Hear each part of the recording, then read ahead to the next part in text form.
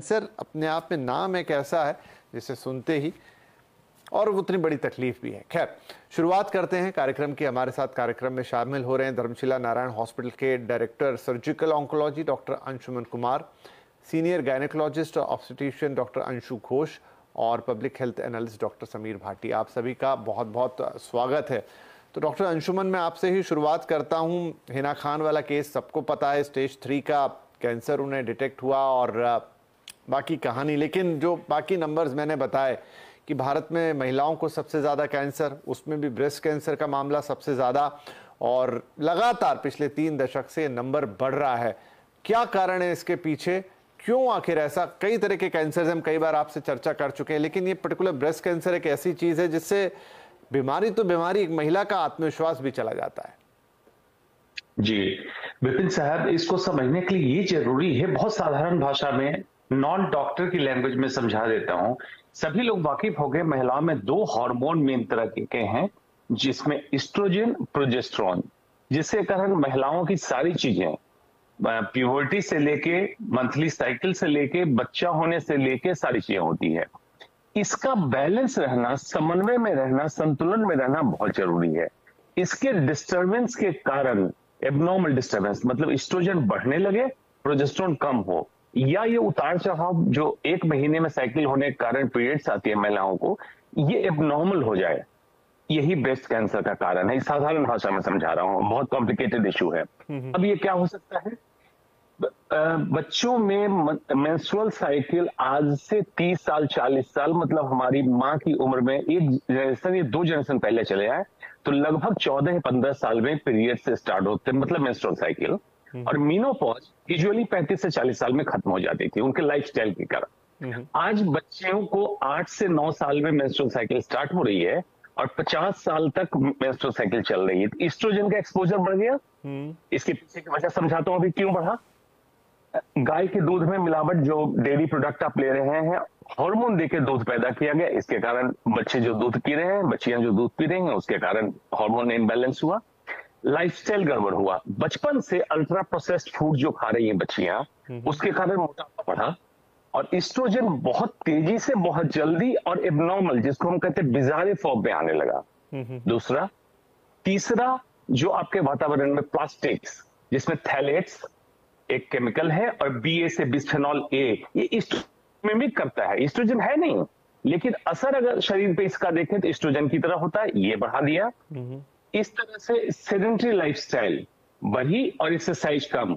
अब इसको कोई महिला अदरवाइज ना ले कि पहले माताएं, हमारी दादी पोछा लगाती थी, घर का काम करती थी, आज ये एक्टिविटी चली गई तो अननोइंगली उनका जिम का एक्सरसाइज जैसा कुछ हो जाता था। आज एक्सरसाइज 0, खाना बढ़ गया, कैलोरी इनटेक बढ़ा, आउटपुट कम। अब ये कैलोरी जब जमा हुआ, ये मोटापा करा, खास करके पेट के पास और हिप के पास, ये हुआ। दूसरा, नाइट लाइफ, जिसके बहुत बड़ी स्टडी हुई यूनाइटेड किंगडम में, नर्सेज स्टडी। नाइट लाइफ जिनकी लंबी हुई, नाइट ड्यूटी के कारण या किसी कारण, सर्कैडियन रिदम, मतलब सूरज के जगने सोने के हिसाब से उनका जगना सोना नहीं रहा, मतलब पूरी रात जगे रहे और दिन में सोते रहे, ऐसे महिलाओं में ब्रेस्ट कैंसर बढ़ा। तो वो हमारे इंडिया में भी कॉमन हो गया, खासकर मेट्रो सिटी में। स्मोकिंग, अल्कोहल, 2 का इंपैक्ट माना ही गया है। अगर कमर की लाइन बढ़ने लगे तो ब्रेस्ट कैंसर का इंसिडेंस बढ़ेगा। ये सब कुछ प्रमुख कारण है। अब खास बात ये क्या है अभी कि कम उम्र में क्यों होने लगा, इतनी कम उम्र में महिलाओं में स्तर का कैंसर? वातावरण का प्रदूषण, म्यूटेजेनिक एजेंट्स, मतलब जो हमारे शरीर में DNA को और सेल को डैमेज कर रहा है एब्नॉर्मली, जिसपे कोई चर्चा नहीं हो रही है, जिसको एनवायरमेंटल पोल्यूशन कहते हैं। ओबेसोजन है, मतलब मोटापा करा रहा है, और कार्सिनोजन है, मतलब कैंसर करा रहा है।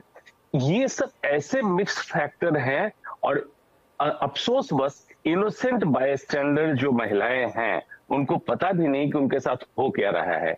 जबकि मैक्सिमम लोग क्या समझ रहे हैं कि ब्रेस्ट कैंसर जेनेटिक कैंसर, सिर्फ 5 से 15% ब्रेस्ट कैंसर जेनेटिक है, बाकी सब हमारे वातावरण, हमारे पर्सनल चॉइस या हमारे पब्लिक हेल्थ इश्यूज की प्रॉब्लम है। राइट।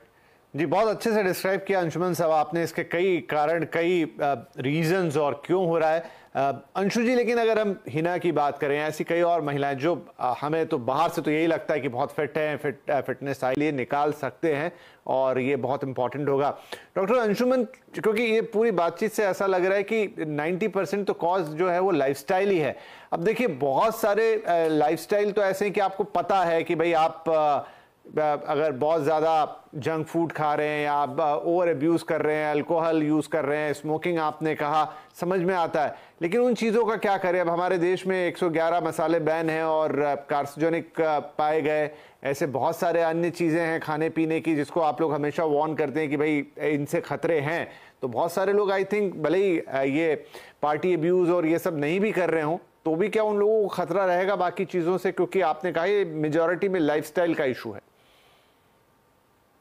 देखिए, सबसे पहले तो आपने एक सवाल पूछा था, लाइफस्टाइल इनकी ठीक होती है अपेरेंटली, जो लगता है। किसी पर्टिकुलर केस के बारे में मैं नहीं कह रहा हूं, लेकिन जो सेलिब्रिटी मान लिए गए हैं, सेलिब्रिटी हमारे समाज में कौन माने जाते हैं सबको पता है। पूरी रात जगते हैं, पूरे दिन सोते हैं, या एटलीस्ट 2 बजे के बाद तक तो सोते हैं। सर्काडियन रिदम डिस्टर्ब बहुत इंपॉर्टेंट कॉज है ब्रेस्ट कैंसर का। आप हम जैसे गेहूं पिसवा के आटा खाते हैं, इन्होंने शायद जिंदगी में कभी नहीं खाया होगा। इनके लिए मैदा ही आता है या बिना चोकर का आटा। कहने का मतलब फाइबर इनकी लाइफ से 0 है। फाइबर कैंसर के लिए प्रोटेक्टिव है, खास करके ब्रेस्ट कैंसर के लिए प्रोटेक्टिव है। कॉस्मेटिक का इस्तेमाल जितना इनके ऊपर है, कॉस्मेटिक्स में भी थैलेट्स, पैराबेन, इस तरह के केमिकल डाले जाते हैं। और यूएस एफडीए ने भी इतनी बार कहा है कि भाई इसको मत डालो, लेकिन उसके बिना कॉस्मेटिक में इस तरह की मात्रा को। और आप सोचिए कि ये सो कॉल्ड सेलिब्रिटी के कॉस्मेटिक का इस्तेमाल, अच्छा अब इसको सुनकर नॉर्मल दर्शक ये ना डर जाए कि क्या बिल्कुल हम बंद कर दें, ऐसा मैं नहीं कह रहा हूं। एक्यूमुलेटिव डोज कि जमा हुआ पूरी जिंदगी के 20 साल 30 साल का डोज कितनी हो रही है, इनकी बहुत ज्यादा होती है। ये बिना कॉस्मेटिक के निकलते नहीं है। Cosmetic include lipstick, face powder, जो भी चीजें एब्जॉर्ब हो सकती है आपके बॉडी के अंदर, हेवी मेटल्स, ये हैं। अब आपने जो बात कही कि जो मसाले में मिलावट या सारी चीजों में मिलावट है, बिल्कुल खतरा है। लेकिन जो खतरा सबके लिए है, उसके लिए तो बार बार मैं एक ही बात करता हूं, गवर्नमेंट एजेंसीज को एक्टिव होना ही पड़ेगा। एजेंसी बनी हुई है, एक्ट बने हुए हैं, चेक करना पड़ेगा, क्योंकि हमारे पब्लिक के पास कोई ऐसा साधन नहीं है हम चेक करके पता करें कि किस खाने में मिलावट है, किस में नहीं है। करना पड़ेगा, लेकिन ये के फैक्टर है, कांस्टेंट फैक्टर है फॉर एवरीबॉडी। अब जो एडिशनल आप ले रहे हैं, वो ले रहे हैं ये सारी चीजें जिसमें मैरिज का नहीं होना या मैरिज का डिले होना, बच्चे का नहीं होना जो कि प्रोटेक्टिव है, या बच्चे को ब्रेस्ट फीडिंग नहीं कराना, ये भी प्रोटेक्टिव है। बहुत सारे मिथ बन चुके हैं अपने को खूबसूरत दिखाने का या इसका। ये नेचर, प्रकृति ये कहता है कि जैसे हमने बनाया है वैसे रहोगे, तुम स्वस्थ रहोगे। अगर नेचर से खिलवाड़ करोगे तुम बीमार होगे। बीमारी किसी फॉर्म में हो सकती है, इंक्लूडिंग कैंसर। जी जी, ठीक है। बहुत सारी ये बातें हैं जिन्हें ध्यान रखा जाए, मतलब मैं उन्हें दोबारा रिपीट नहीं करूंगा। डॉक्टर अंशुमन ने बहुत ही साफ सरल भाषा में बताया कि क्या आपकी लाइफ के लिए इंपॉर्टेंट है, क्या ध्यान। अंशुमन, थोड़ा मैं ट्रीटमेंट की तरफ और जाऊंगा। इत्तेफाकन कई बार हॉस्पिटल में जाना होता है और आजकल ये बड़ी दुखद बात है कि आप कहीं किसी से बात करें और पता चलता है कि वो जिनके साथ है वो कैंसर पेशेंट है या फिर उन्हें किसी प्रकार की ऐसी बड़ी बीमारी है। तो मैं देखता हूं कि चूंकि मैं मुंबई से आपसे बात कर रहा हूं तो बड़े मतलब दूर दूर से लोग आ रहे हैं। मैं ब्रेस्ट कैंसर की बात करूं, इत्तेफाकन हॉस्पिटल जाना हुआ और पता चला कि साइड वाले रूम में भी ऐसे ही एक मरीज हैं और इधर वाले रूम में भी ऐसे एक मरीज हैं। कोई जयपुर से आया है, कोई कलकत्ता से आया है। तो मैं वो सवाल इसीलिए पूछ रहा था कि क्या पूरे भारत में इक्वली इसका इलाज अवेलेबल है या कुछ सेंटर्स ही हैं जहां पर आप ये जाके इलाज कराएंगे? विपिन साहब, देखिए इसमें बहुत ही हेट्रोजेनिटी है। मतलब मैं कहूँ यूनिफॉर्मिटी है पूरे भारत में तो बिल्कुल गलत होगा कहना। इसमें बार बार गवर्नमेंट से मैं यही दरख्वास्त कर रहा हूं, जिस तरह से कैंसर की रफ्तार बढ़ रही है, अगर डिसेंट्रलाइजेशन हमने विकेंद्रीकरण नहीं किया कैंसर की सुविधाओं का, इस लोड को संभालना हमारे लिए संभव नहीं है। इतने डॉक्टर्स नहीं हैं, नंबर 1। नंबर 2, बड़ी बिल्डिंगों को देख के, जो बड़े बड़े 5 स्टार बिल्डिंग है उसको देख के कैंसर का इलाज नहीं होता है।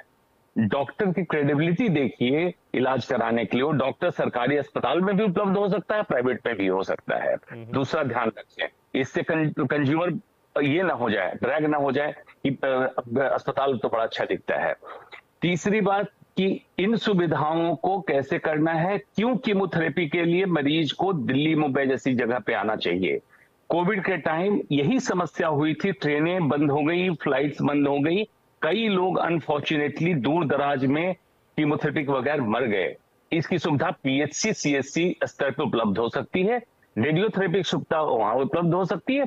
और ब्रेस्ट कैंसर की सर्जरी ऐसी सर्जरी है जिसको अक्रॉस इंडिया इन्फॉर्म प्रोटोकॉल के साथ, यूनिफॉर्म प्रोटोकॉल में बोल रहा हूं, जिसमें कोई कमी नहीं होगी। जो इलाज दिल्ली में होगा वही इलाज वहां हो जाएगा। एक दूसरा, अब 5G टेक्नोलॉजी आ गई, रोबोटिक सर्जरी जैसे मैं कर रहा हूं। रोबोटिक सर्जरी ब्रेस्ट कैंसर को छोड़ दीजिए, ब्रेस्ट कैंसर में भी है लेकिन उसको छोड़ दीजिए। इसी तरह से electronically controlled and monitor surgery कहीं भी हो सकती है और हब एंड स्पोक पैटर्न से हेल्थ केयर सिस्टम को हम कंट्रोल कर सकते हैं। दिल्ली मुंबई और हर में बैठा, हर स्टेट कैपिटल में बैठा जो स्पेशलिस्ट देखेगा उसके जो सब स्पेशलिस्ट होंगे वहां ऑपरेट करेंगे। ये भी संभव है, लेकिन पॉलिसी मेकर को इस लेवल पे सोचना पड़ेगा। पब्लिक जाए कहां? पब्लिक को समझ नहीं आ रही, पब्लिक कंफ्यूज है, मैं करूं क्या, व्हाट इज व्हाट। अब उस चक्कर में पब्लिक चाहती घर जमीन जेवर जवाहरात बेच के किसी तरह से इलाज करा लो। ये सॉल्यूशन नहीं है, this is not the solution to health care. जी बिल्कुल। एट लास्ट डॉक्टर अंशु, क्योंकि कई लोग कार्यक्रम सुन रहे होंगे, कई तरह की शंका मन में आएगी, कई तरह के सवाल मन में उभरेंगे। आपने कहा भी स्क्रीनिंग हो सकती है, सेल्फ एग्जामिनेशन भी हो सकता है, लेकिन फिर भी कोई शुरुआती लक्षण या इसमें भी अन्य कैंसर्स की तरह कोई लक्षण नहीं है जहां से आप एटलीस्ट सोचो कि क्या एक बार हम टेस्ट कराएं, क्या एक बार हम स्क्रीनिंग कराएं? डेफिनेटली, जैसे सेल्फ ब्रेस्ट एग्जामिनेशन में अर्ली डिटेक्शन के लिए यदि कोई भी गांठ स्तन में